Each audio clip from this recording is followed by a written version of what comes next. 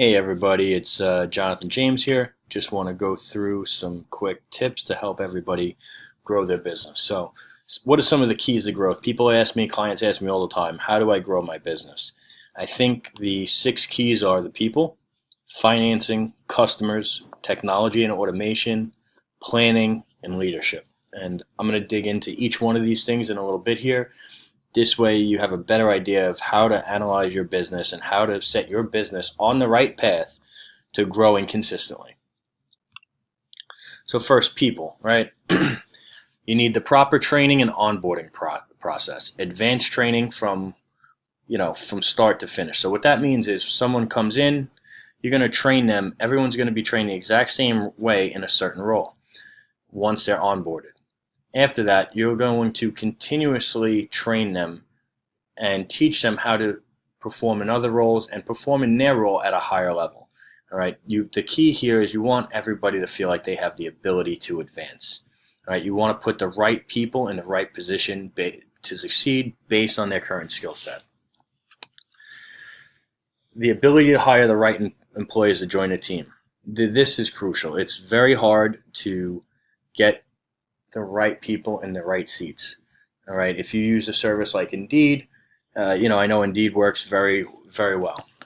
Company culture. So this is important.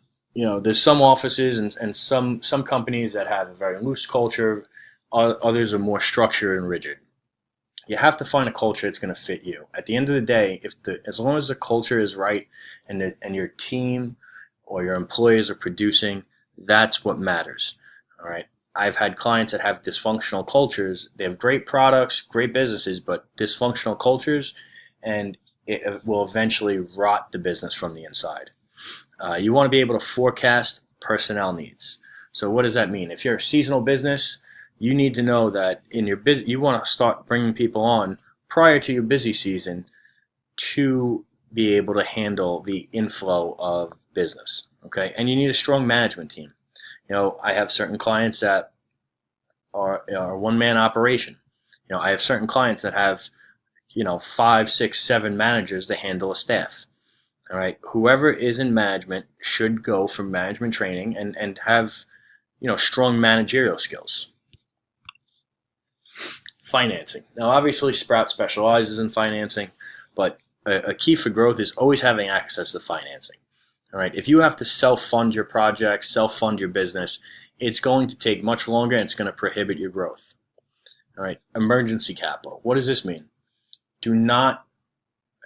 Anytime you're having a good month, that's great, but it's very important that you stash some money, save some money away in a business savings account. This way, God forbid something happens, you have a down month, there's construction outside your business, anything can happen that can cripple your cash flow.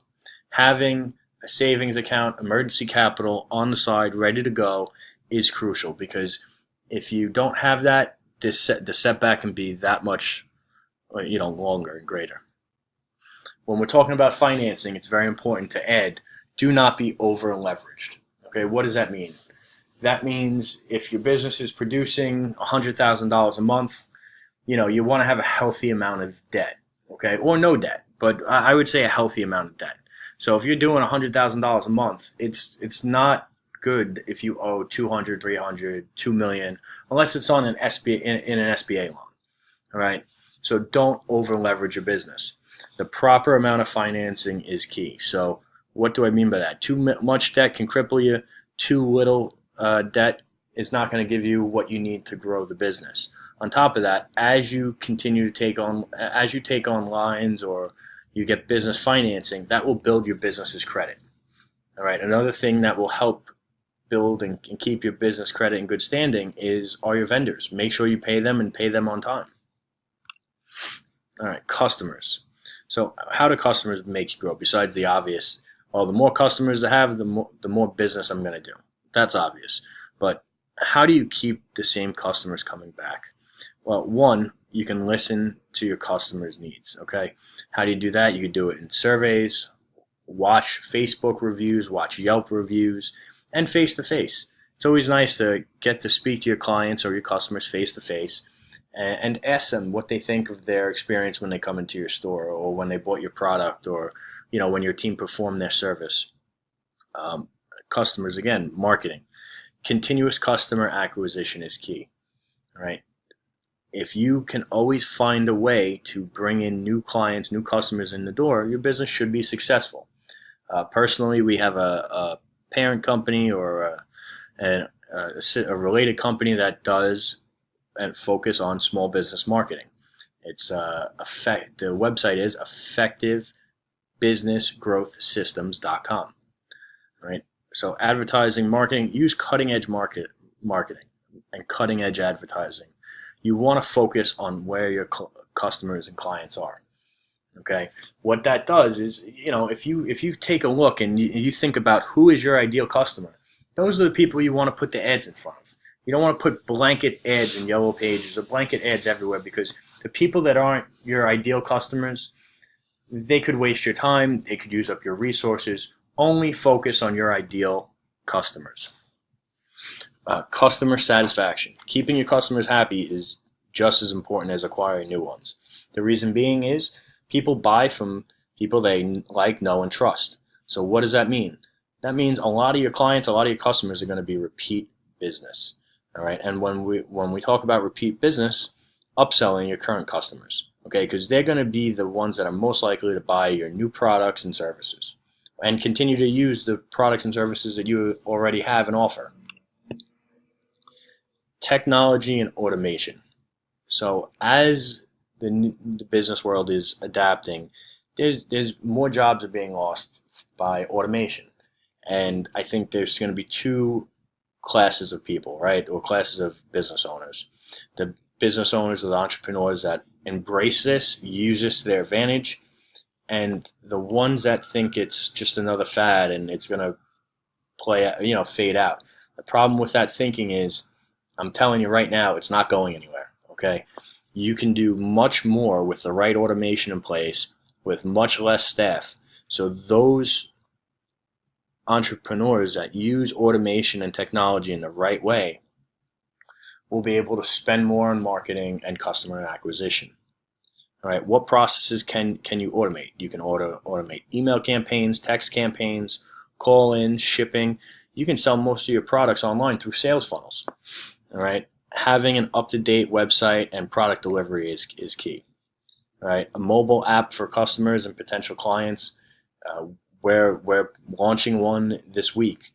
Where any of our clients or potential clients can just download or text our app. Let's say Sprout to 44222, and then they can apply right from their app.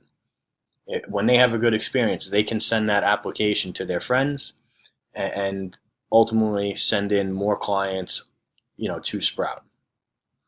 Having a CRM. You need a CRM to keep track of customers and orders, tracking ordering patterns and the necessary inventory to have on hand to prevent delays. If you have delays in your sales cycle, that could cost you sales and you could lose clients.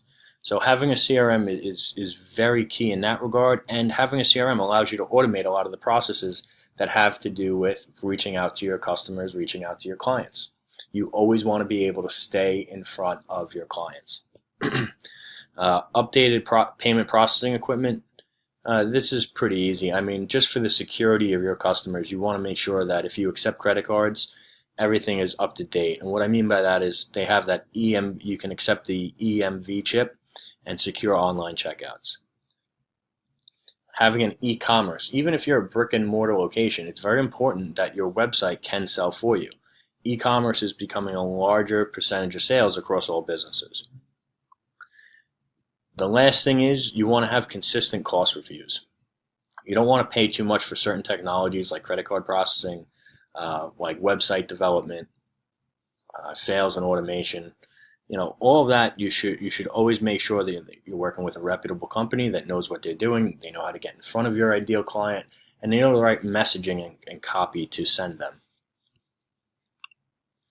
Okay, so let's talk about planning. All right, if you plan for growth, growth will happen as long as you take the necessary steps to make it so. So you want to plan for expansion, plan to buy equipment and to add services. You might want to experiment with purchasing new products. You need to plan to add staff, whether you're seasonal or not. If you know that you're planning to grow, it is good to have an extra hand to assist new clients coming in the door. Planning. You might want to plan to try new forms of marketing, whether it's setting up a sales funnel with automation, a radio ad. It's always important to try different or a wide variety of marketing campaigns. You want to maintain consistent advertising budgets to acquire new customers. All right. When business is great, it's great. Spend money on marketing. When business is down, don't cut your marketing budget. Don't cut your advertising budget, because that's not going to fix the problem. Okay. Another thing you could plan to do is buying inventory in bulk to lower your unit cost. Okay. All that's going to do is increase your bottom line. When you're planning, you might want to think about opening a new location or updating a website. A lot of the websites I see today, a lot of our clients, they are not up to date. Like whether that's a security checkout, whether it's how it has has their potential clients opt in for information, or there's a lot of things that have changed in the last, let's say, 3 or 4 years, and you really want to plan to be on the right side of that technology movement. And now let's talk about leadership. All right, you want to be able to put your team in a position to succeed. And this is the hardest thing about being an entrepreneur, and I think we're all guilty of it. Avoid being caught up in the day-to-day operations that should be delegated.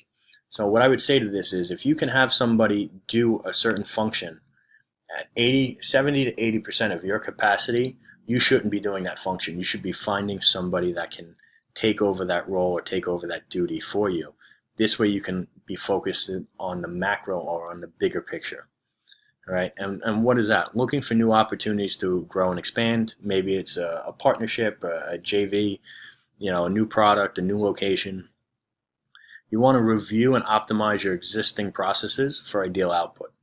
Right, whether that's a new marketing campaign, a sales funnel for one particular product, or just for the company in general.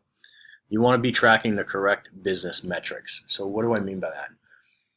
You should always write out a yearly goal and break that down into quarterly goals. Okay. On top of that, you should always have updated financial statements. That's really a key driver in knowing if you're going to be hitting your goals or not. All right. You can do it through QuickBooks, or you could have an accountant go through it at the end of every month. This way, you're on track, and if you're off track, you can see why you fell off track and make the necessary adjustments. All right. You want to be staying, as a leader, you need to stay aware of changes in your industry. Is there any disruptive technologies coming out? Are there any, is one of your competitors all of a sudden spending a lot of money in marketing in your area? These are things that you need to stay aware of. You want to create proper values for your customers. So, again, people buy from people they know, like, and trust. It's crucial that every single one of your customers feels appreciated, feels that they've gotten more value than the money they spent with you. Otherwise, they wouldn't have spent the money in the first place.